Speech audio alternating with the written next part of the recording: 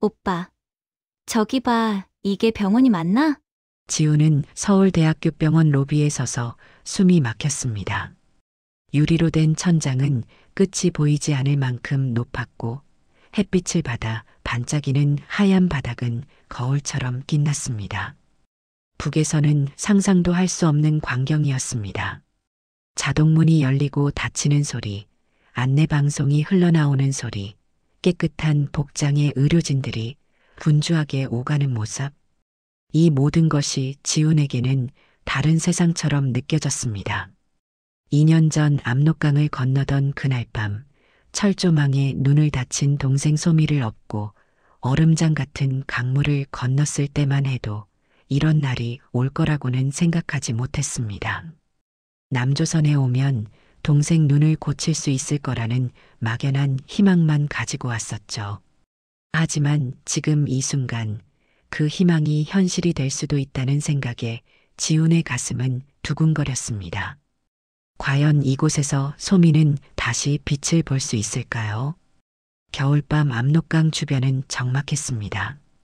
영하 10도를 넘나드는 추위 속에서 지훈은 동생 소미의 손을 꽉 잡았습니다. 22살 소미의 손은 얼음처럼 차가웠지만 지훈은 절대 놓을 수 없었습니다. 32살인 그는 이 순간만큼은 동생을 무사히 건너편으로 데려가야 한다는 생각뿐이었습니다. 오빠, 저기 철조망 보이나? 소미가 작은 목소리로 물었습니다. 지훈은 고개를 끄덕였습니다.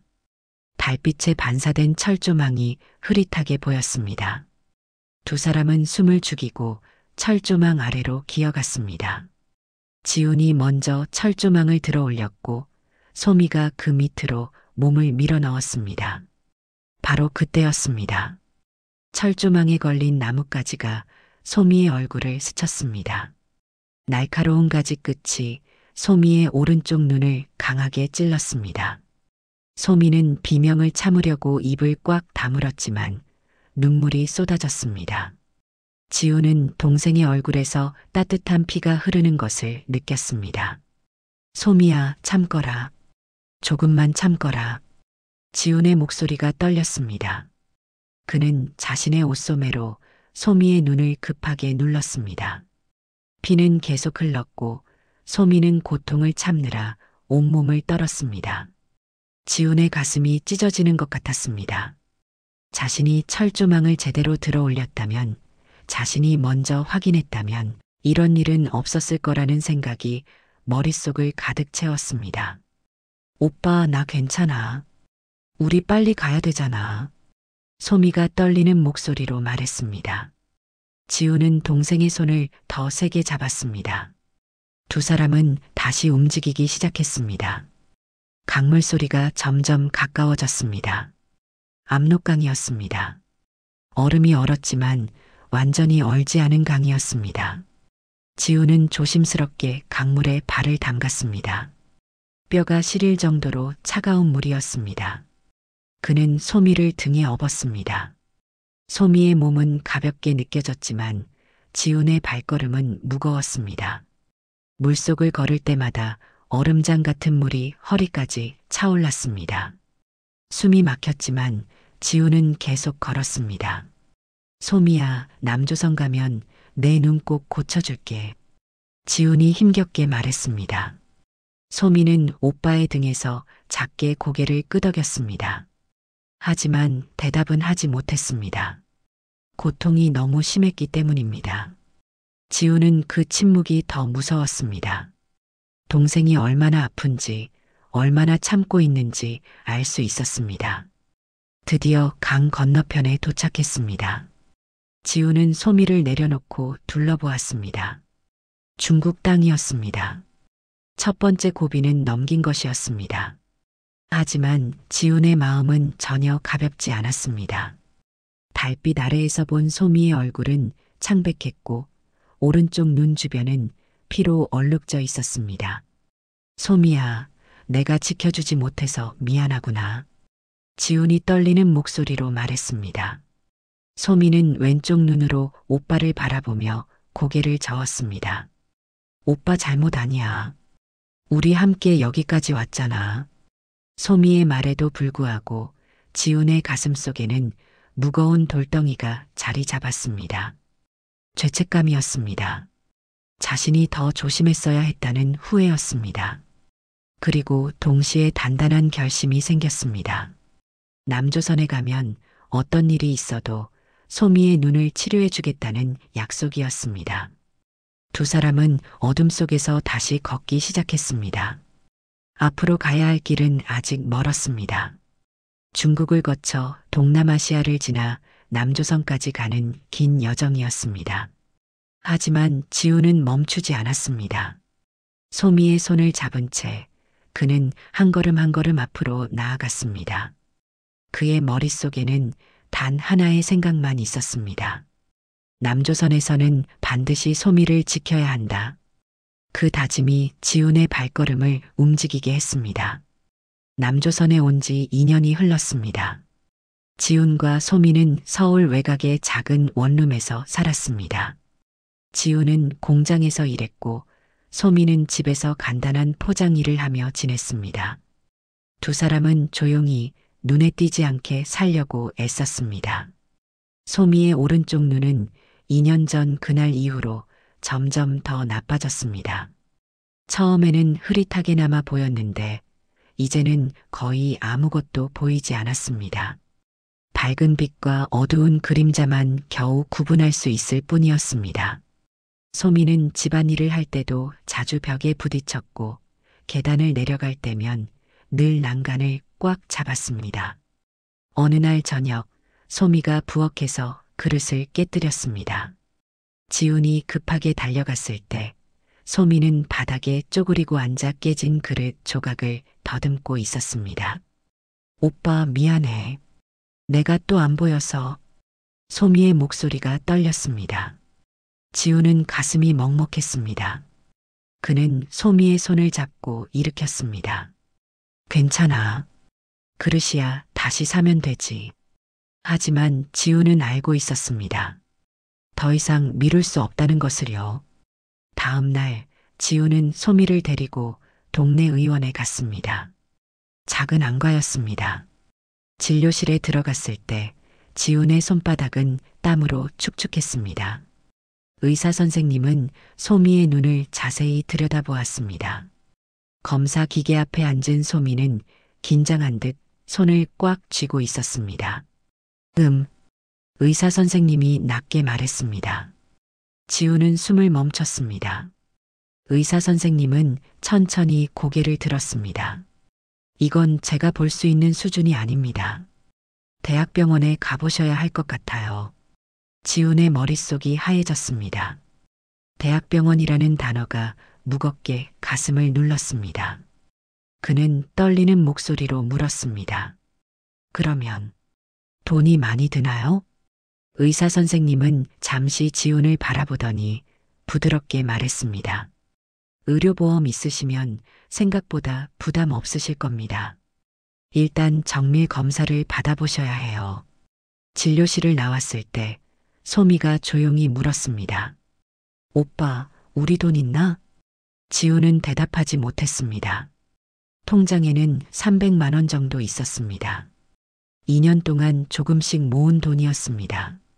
하지만 대학병원 치료비가 얼마나 나올지 알 수 없었습니다.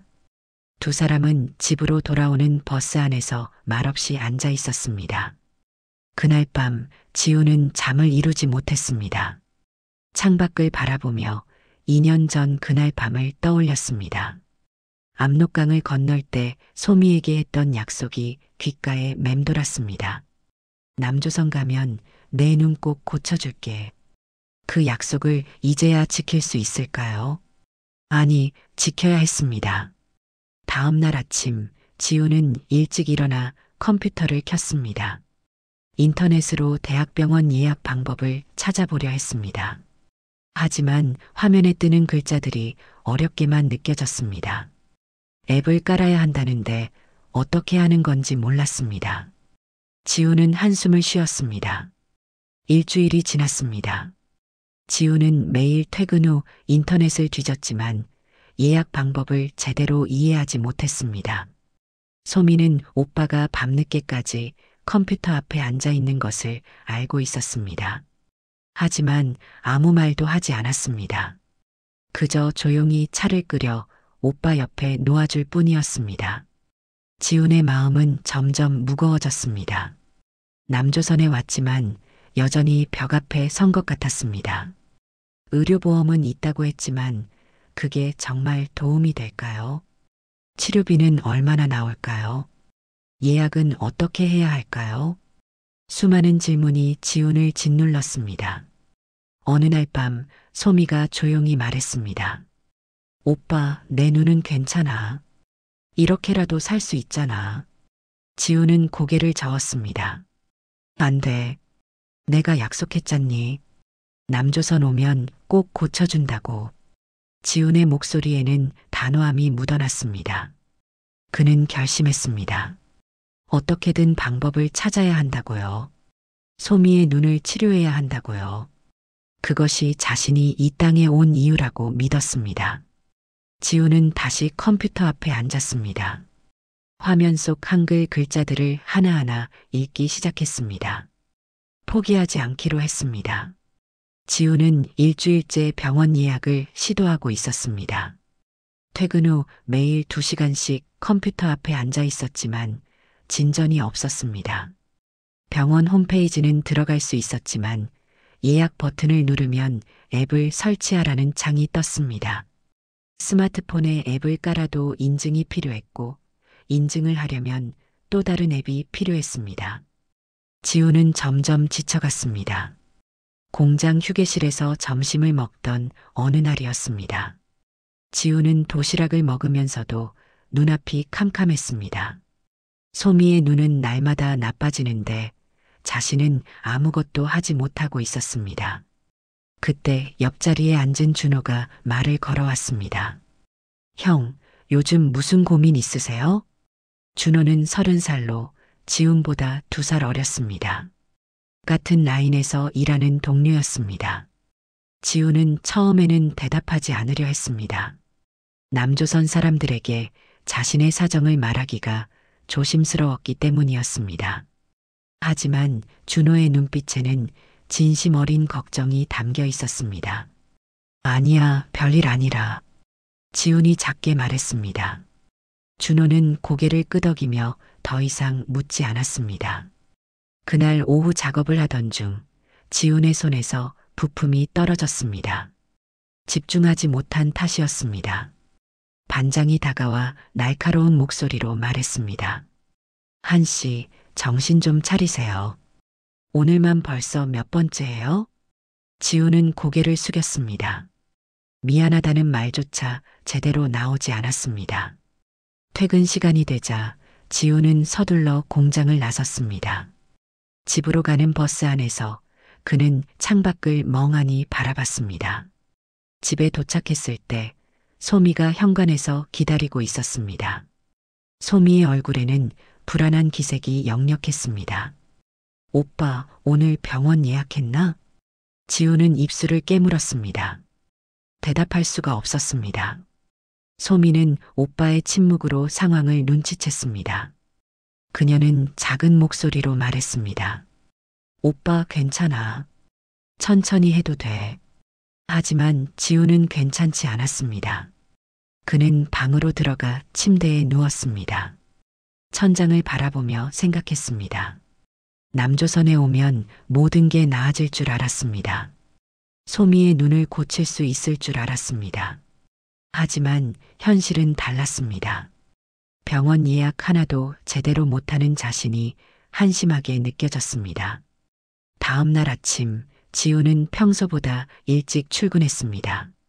다른 사람들이 오기 전에 혼자 있고 싶었습니다. 그는 작업대 앞에 서서 부품을 정리했습니다. 한참 후 준호가 들어왔습니다. 준호는 지훈을 보더니 조심스럽게 다가왔습니다. 형, 어제부터 계속 안 좋아 보이시는데 혹시 제가 도와드릴 일 있으면 말씀하세요. 지훈은 고개를 저었습니다. 하지만 준호는 물러서지 않았습니다. 형, 저 형 탈북자신 거 알아요. 창피해하실 필요 없어요. 제 친구 중에도 탈북자 있거든요. 지우는 깜짝 놀라 준호를 바라봤습니다. 준호는 부드럽게 웃으며 말을 이었습니다. 무슨 일인지 모르겠지만 혼자 끙끙 앓지 마시고 말씀해 보세요. 지훈의 입술이 떨렸습니다. 그는 한참을 망설이다가 조용히 말했습니다. 동생 눈이 나빠서 대학병원 가야 하는데 예약을 못하겠어. 준호는 고개를 끄덕였습니다. 그거였구나. 형, 그거 제가 도와드릴 수 있어요. 점심시간에 형 폰 좀 빌려주세요. 지우는 믿을 수 없다는 표정으로 준호를 바라봤습니다. 준호의 얼굴에는 진심이 담겨 있었습니다. 지훈의 가슴이 뜨거워졌습니다. 일주일 동안 혼자 끙끙 앓던 문제를 누군가 도와주겠다고 나선 것이었습니다. 점심시간이 되었습니다. 휴게실에서 준호는 지훈의 스마트폰을 받아들었습니다. 그는 능숙하게 화면을 터치하며 앱을 설치했습니다. 인증 절차도 차근차근 설명해 주었습니다. 형, 여기 이렇게 하시면 돼요. 병원 이름 검색하고 진료과 선택하고 날짜 고르면 끝이에요. 10분도 안 돼서 예약이 완료되었습니다. 화면에 예약 확인 문자가 떴습니다. 지우는 그 글자를 보며 눈물이 날 것 같았습니다. 고맙다. 정말 고맙구나. 지훈의 목소리가 떨렸습니다. 준호는 활짝 웃으며 말했습니다. 별거 아니에요. 형, 의료보험 있으면 진짜 부담 없을 거예요. 걱정 마세요. 그날 저녁 집에 돌아온 지훈은 소미에게 예약증을 보여줬습니다. 소미는 오빠를 끌어안았습니다. 두 남매는 한참을 그렇게 서 있었습니다. 예약일은 2주일 후였습니다. 지훈과 소미는 이른 아침 집을 나섰습니다. 서울대학교 병원까지는 버스로 1시간이 걸렸습니다. 버스 안에서 소미는 내내 오빠의 손을 꽉 잡고 있었습니다. 지훈은 창밖을 보며 생각했습니다. 오늘이 소미의 인생이 바뀌는 날이 될까요? 병원에 도착했을 때 지훈은 입구에서 멈춰 섰습니다. 건물이 너무 컸습니다. 유리벽으로 된 로비는 햇빛을 받아 반짝였고 천장은 끝이 보이지 않을 만큼 높았습니다. 사람들이 분주하게 오갔습니다. 지훈은 이런 곳에 자신들이 들어가도 되는지 확신이 서지 않았습니다. 오빠, 우리 들어가야지. 소미가 작게 말했습니다. 지훈은 고개를 끄덕이고 소미의 손을 이끌었습니다. 로비에 들어서자 안내 봉사자가 다가왔습니다. 흰색 조끼를 입은 중년 여성이었습니다. 어디 찾으세요? 봉사자의 목소리는 부드러웠습니다. 지훈은 예약증을 꺼내 보여줬습니다. 봉사자는 예약증을 확인하고 친절하게 설명했습니다. 안과는 3층이에요. 저기 엘리베이터 타고 올라가시면 돼요. 접수는 자동 수납기에서 하시면 되고요. 지훈은 자동 수납기라는 말을 처음 들었습니다. 봉사자는 지훈의 표정을 보더니 직접 안내해 줬습니다. 기계 앞에 서서 하나하나 알려줬습니다. 예약 번호를 누르고 신분증을 올려놓고 수납을 하는 과정이었습니다. 지훈은 떨리는 손으로 따라했습니다. 다 하셨어요. 이제 3층 안과로 올라가세요. 번호표는 QR코드로 받으시면 돼요. 봉사자가 웃으며 말했습니다. 지훈은 고개를 숙여 인사했습니다. 3층 안과 대기실에 도착했을 때 지훈은 또 한 번 놀랐습니다. 대기실은 깨끗했고 의자는 편안해 보였습니다. 창밖으로는 서울 시내가 한눈에 보였습니다. 소미가 조용히 말했습니다. 오빠, 여긴 정말 우리가 와도 되는 곳 맞나? 지훈도 같은 생각이었습니다. 북에서는 상상도 할 수 없는 병원이었습니다. 30분쯤 기다리자 안내 방송이 나왔습니다. 소미의 이름이 불렸습니다. 두 사람은 진료실로 들어갔습니다. 진료실 안에는 박도윤 교수가 앉아 있었습니다. 50대로 보이는 남자였습니다. 그는 안경을 쓰고 있었고 표정은 차분했습니다. 지우는 긴장한 목소리로 인사했습니다. 안녕하십니까? 박 교수는 고개를 끄덕이고 소미를 바라봤습니다. 앉으세요. 오른쪽 눈이 문제라고 하셨죠? 소미가 작게 대답했습니다. 네, 2년 전부터 점점 안 보입니다. 박 교수는 소미의 눈을 자세히 검사했습니다. 여러 기계를 사용했고 빛을 비추기도 했습니다. 검사는 30분 넘게 이어졌습니다. 지우는 옆에 서서 숨을 참은 채 지켜봤습니다. 그의 손바닥은 땀으로 흠뻑 젖어 있었습니다. 검사가 끝나자 박 교수는 모니터를 보며 한참 생각했습니다. 진료실은 조용했습니다. 지훈의 심장이 빠르게 뛰었습니다. 박 교수가 천천히 입을 열었습니다. 시력 회복 가능성은 10% 이하입니다. 지훈의 머릿속이 하얘졌습니다. 소미는 고개를 떨구었습니다. 박 교수는 잠시 멈췄다가 말을 이었습니다. 하지만 완전히 포기할 상황은 아닙니다. 지훈이 고개를 번쩍 들었습니다. 박 교수는 모니터를 가리키며 설명했습니다. 이 부분을 보세요. 망막 일부는 아직 반응합니다. 재활 치료를 병행하면 빛과 색을 구분하는 정도는 가능할 수 있어요. 소미가 떨리는 목소리로 물었습니다. 그러면 제가 그림을 그릴 수 있을까요? 박 교수는 잠시 소미를 바라보더니 조심스럽게 말했습니다. 완전한 시력 회복은 어렵습니다.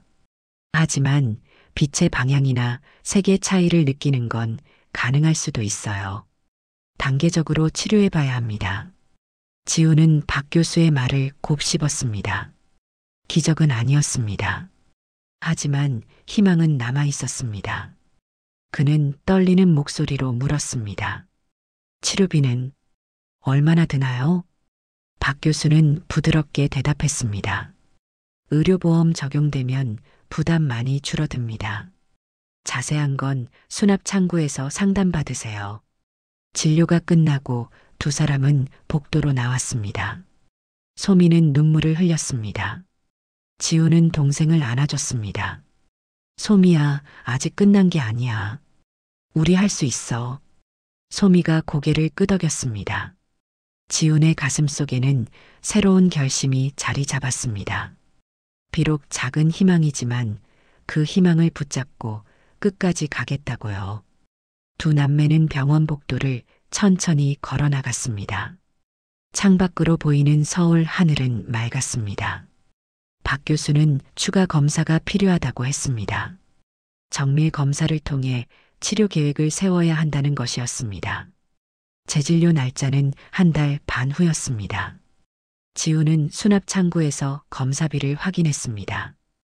의료보험을 적용해도 20만 원이 나왔습니다. 생각보다 적은 금액이었지만 앞으로 얼마나 더 들지 알 수 없었습니다. 집으로 돌아오는 길 지우는 계산을 했습니다. 통장에 남은 돈은 280만 원이었습니다. 한 달 생활비가 100만 원 정도 들었습니다. 만약 치료가 길어지면 돈이 부족할 수 있었습니다. 지우는 한숨을 쉬었습니다.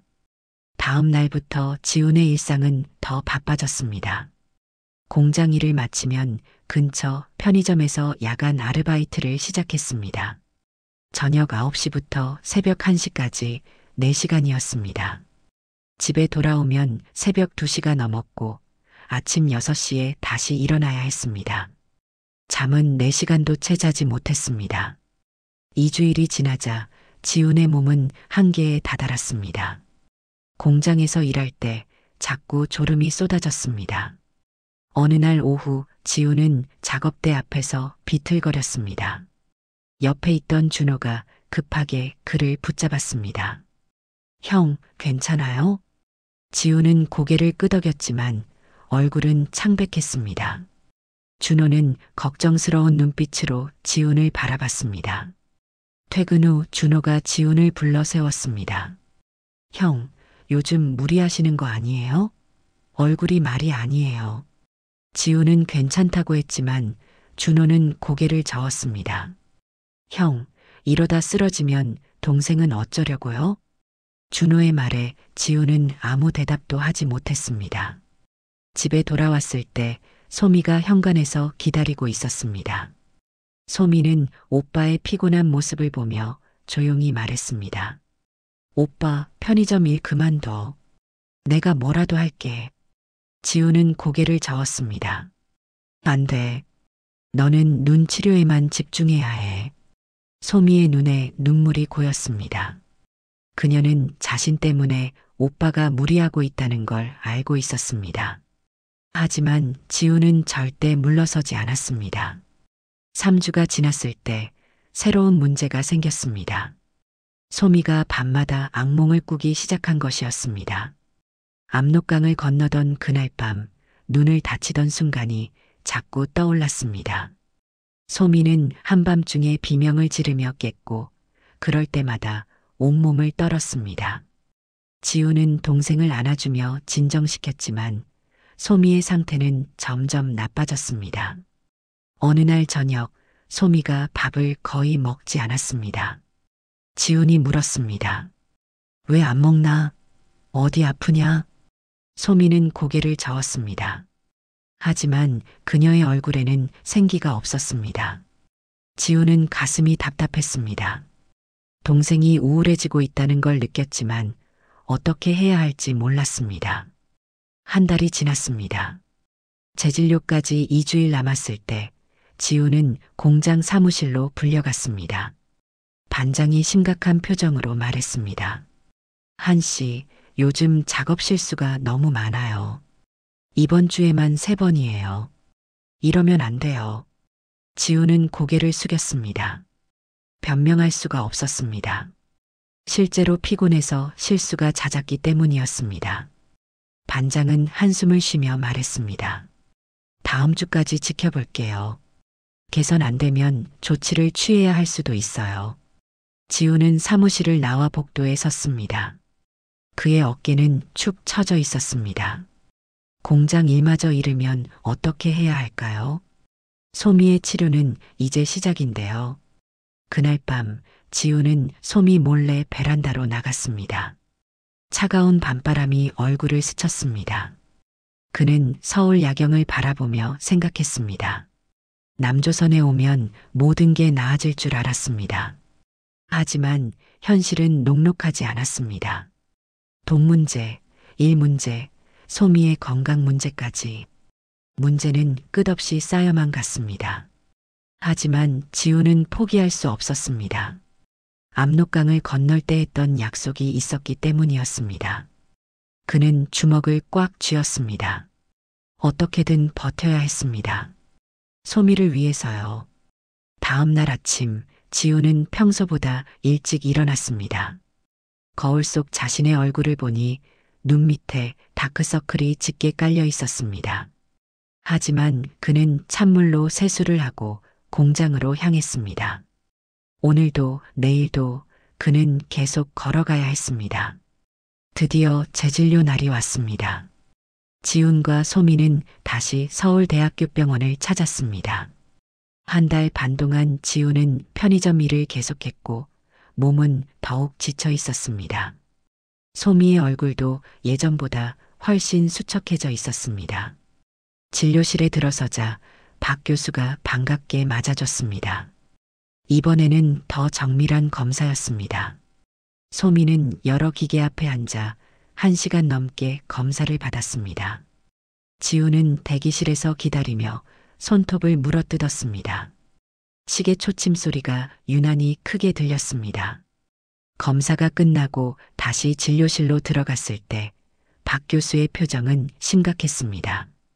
그는 모니터를 보며 한참을 말이 없었습니다. 지훈의 심장이 빠르게 뛰었습니다. 박 교수가 천천히 입을 열었습니다. 지난번보다 상태가 조금 나빠졌어요.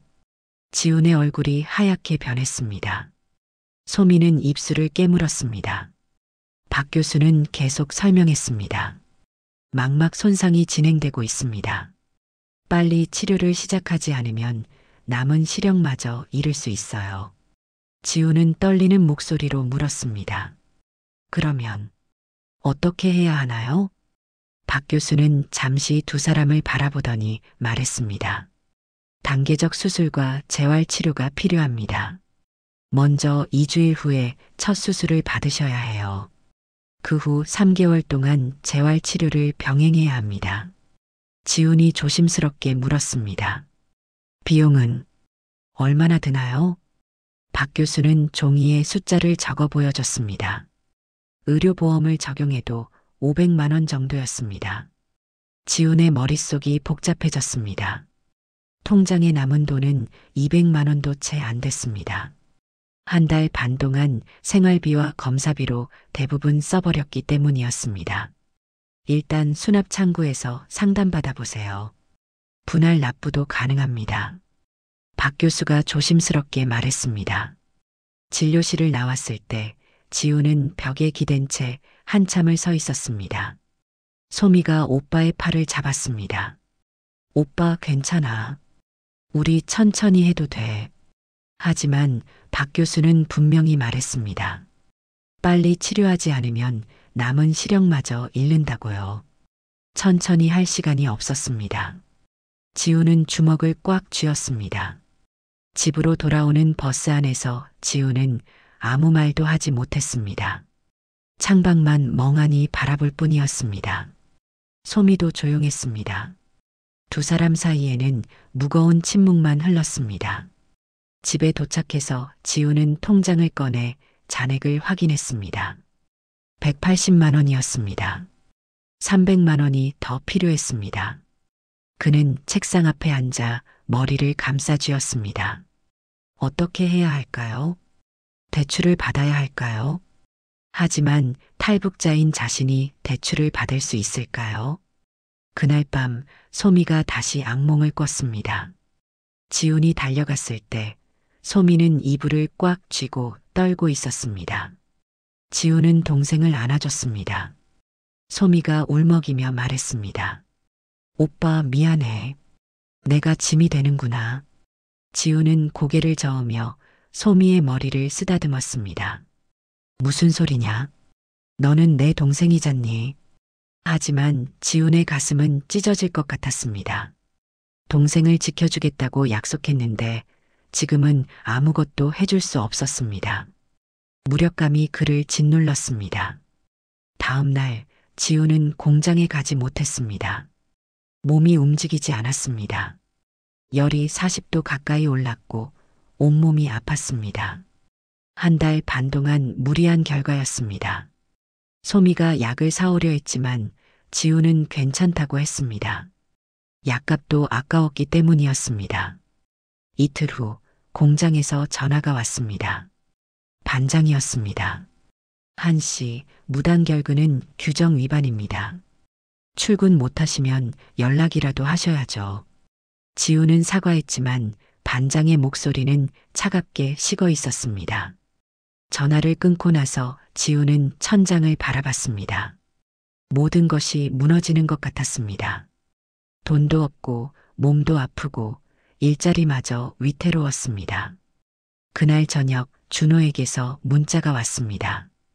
형 괜찮냐는 내용이었습니다. 지훈은 한참을 휴대폰을 들여다보다가 천천히 답장을 썼습니다. 괜찮다고요. 하지만 실제로는 전혀 괜찮지 않았습니다. 밤이 깊었습니다. 지훈은 베란다로 나가 서울 야경을 바라봤습니다. 남조선에 온 지 2년 4개월이 흘렀습니다. 압록강을 건널 때의 다짐이 떠올랐습니다. 소미의 눈을 꼭 고쳐주겠다는 약속이요. 하지만 지금 그는 그 약속을 지킬 방법을 찾지 못하고 있었습니다. 차가운 바람이 얼굴을 스쳤습니다. 지훈의 눈에서 눈물이 흘러내렸습니다. 사흘째 되던 날 아침 집 초인종이 울렸습니다. 지훈은 열이 조금 내려 겨우 일어날 수 있었습니다. 문을 열자 준호가 서 있었습니다. 그의 손에는 큰 봉지가 들려 있었습니다.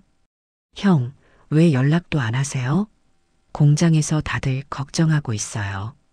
준호가 걱정스러운 목소리로 말했습니다. 지우는 말없이 고개를 숙였습니다. 준호는 봉지를 내밀었습니다. 해열제하고 죽 사왔어요. 일단 드시고 몸부터 추스르세요. 지우는 봉지를 받으며 목이 메었습니다. 준호는 거실로 들어와 소미에게도 인사했습니다. 소미는 고맙다며 고개를 숙였습니다. 준호가 조심스럽게 말했습니다. 형, 저한테 무슨 일인지 말씀해 주실 수 있어요? 혼자 끙끙 앓지 마시고요. 지우는 한참을 망설이다가 천천히 말했습니다. 소미의 수술이 필요한데 돈이 부족하다는 것, 300만 원이 더 있어야 한다는 것, 몸이 아파 일도 못 나간다는 것을요. 말을 하는 동안 지훈의 목소리는 점점 작아졌습니다. 준호는 조용히 듣고 있다가 고개를 끄덕였습니다. 형, 일단 제가 100만 원은 빌려드릴 수 있어요. 그리고 공장 사람들한테도 말씀드려 볼게요. 지우는 깜짝 놀라 고개를 저었습니다. 안 돼. 너한테 폐를 끼칠 순 없어. 하지만 준호는 단호하게 말했습니다. 형, 어려울 때 서로 돕는 게 사람 사는 거예요. 제발 혼자 끌어안지 마세요. 준호는 그날 오후 공장으로 돌아가 반장과 동료들에게 지훈의 상황을 설명했습니다. 다음 날 놀라운 일이 벌어졌습니다. 공장 동료들이 10만 원, 20만 원씩 모금을 시작한 것이었습니다. 반장도 50만 원을 냈습니다. 한씨 성실하게 일했잖아요. 우리가 좀 도와줘야죠. 반장이 준호에게 말했습니다. 이틀 만에 150만 원이 모였습니다. 준호는 봉투에 돈을 담아 지훈의 집을 다시 찾아갔습니다. 형, 공장 사람들이 모아준 거예요. 받으세요. 지훈은 봉투를 받으며 눈물을 참을 수 없었습니다. 자신은 탈북자일 뿐이고 이 나라 사람들과 아무 관계도 없다고 생각했습니다. 하지만 동료들은 그를 그냥 동료로, 사람으로 대해줬습니다. 고맙습니다. 정말 고맙습니다. 지훈이 떨리는 목소리로 말했습니다. 준호는 웃으며 대답했습니다. 괜찮아요. 형도 나중에 여유 생기면 다른 사람 도와주세요. 그날 저녁 또 다른 손님이 찾아왔습니다. 동네 반찬 가게를 하는 김영자 할머니였습니다. 60살인 할머니는 지훈 남매가 이사 온 첫날부터 잘 챙겨준 분이었습니다. 준호한테 들었어. 동생 수술한다며? 할머니가 따뜻한 목소리로 말했습니다. 그리고 봉투를 내밀었습니다. 안에는 50만 원이 들어 있었습니다. 할머니, 이건 너무 큰 돈인데요. 지훈이 당황해하자 할머니는 손을 내저었습니다. 아이고 받아. 동생 잘 되게 기도할 테니까 걱정 말고. 할머니는 소미의 손을 꽉 잡아줬습니다. 소미는 눈물을 흘리며 고개를 숙였습니다. 할머니가 돌아간 후 지훈은 모아진 돈을 세어봤습니다. 준호가 빌려준 100만 원, 공장 동료들이 모아준 150만 원, 할머니가 준 50만 원, 그리고 통장에 남은 180만 원을 합치면 480만 원이었습니다. 수술비에 조금 모자랐지만 분할 납부를 하면 가능했습니다. 다음 날 지훈은 몸을 일으켜 공장으로 갔습니다. 열은 아직 조금 남아 있었지만 반장과 동료들에게 직접 감사 인사를 해야 했습니다. 공장 문을 들어서자 동료들이 반갑게 맞아줬습니다. 한씨 괜찮아요? 무리하지 말고 천천히 일해요. 반장이 걱정스럽게 말했습니다. 지훈은 깊이 고개를 숙였습니다. 감사합니다. 제가 받은 은혜 평생 잊지 않겠습니다. 동료들은 손을 흔들며 괜찮다고 했습니다. 지훈은 작업대 앞에 서서 다짐했습니다.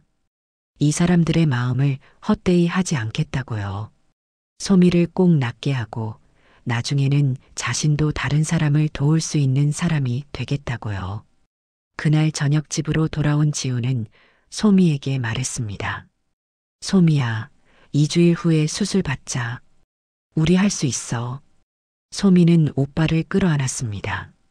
두 남매는 한참을 그렇게 서 있었습니다. 창밖으로 해가 지고 있었습니다. 하지만 그들의 마음에는 새로운 빛이 떠오르고 있었습니다.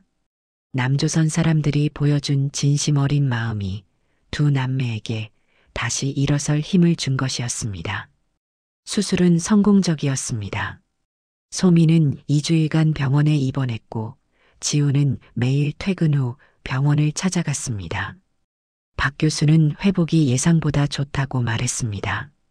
완전한 시력 회복은 어렵지만 빛과 색을 구분하는 능력은 돌아올 거라고 했습니다.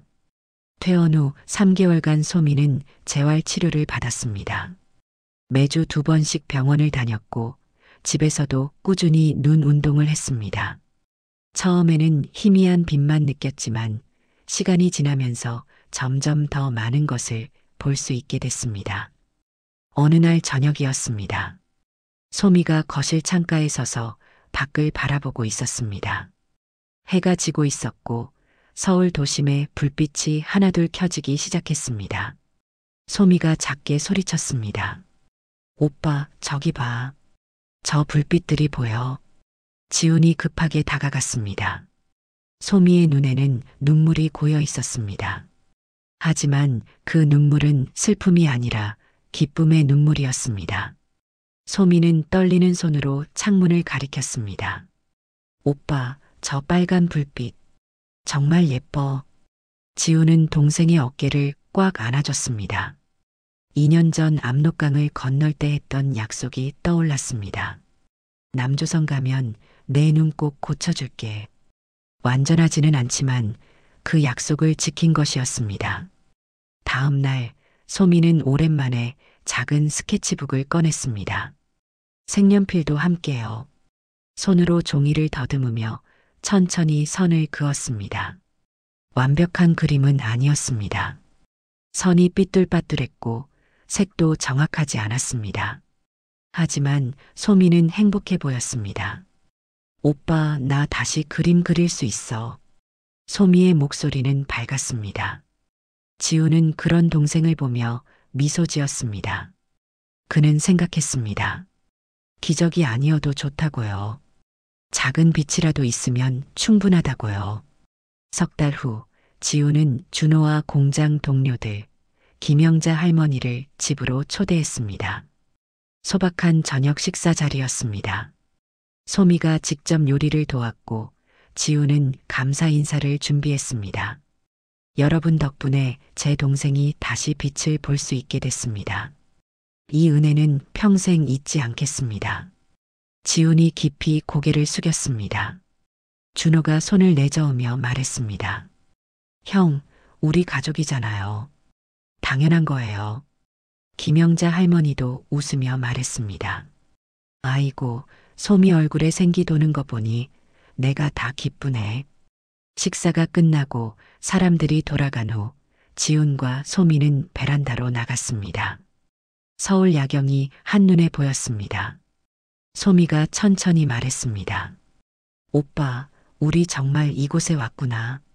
지훈은 고개를 끄덕였습니다. 남조선에 온 지 2년 반이 지났습니다. 힘든 시간도 많았고 포기하고 싶은 순간도 있었습니다. 하지만 그들은 버텨냈습니다. 그리고 이제는 이곳이 진짜 집처럼 느껴졌습니다. 소미야, 앞으로 뭐 하고 싶냐? 지훈이 물었습니다. 소미는 잠시 생각하더니 대답했습니다. 나 미술 공부 더 하고 싶어?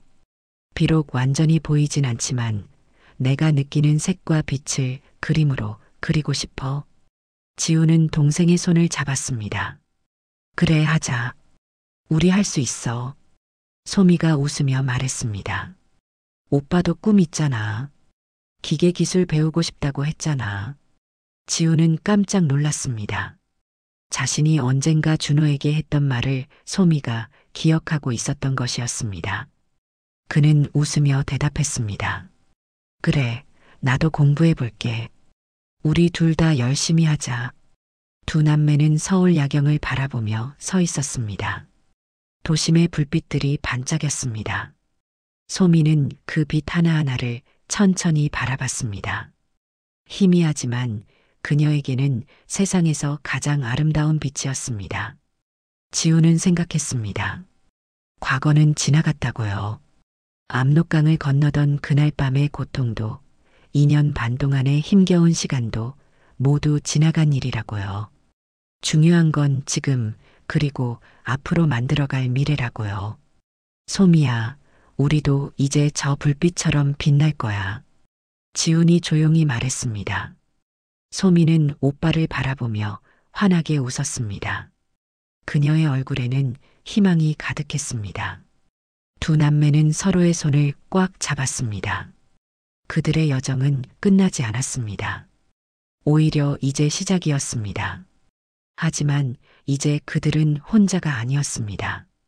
이 땅에는 그들을 응원하고 도와주는 사람들이 있었습니다. 창밖의 서울 하늘은 맑았고 별들이 하나씩 떠오르고 있었습니다. 지훈과 소미는 그 별빛을 함께 바라보며 새로운 내일을 꿈꿨습니다.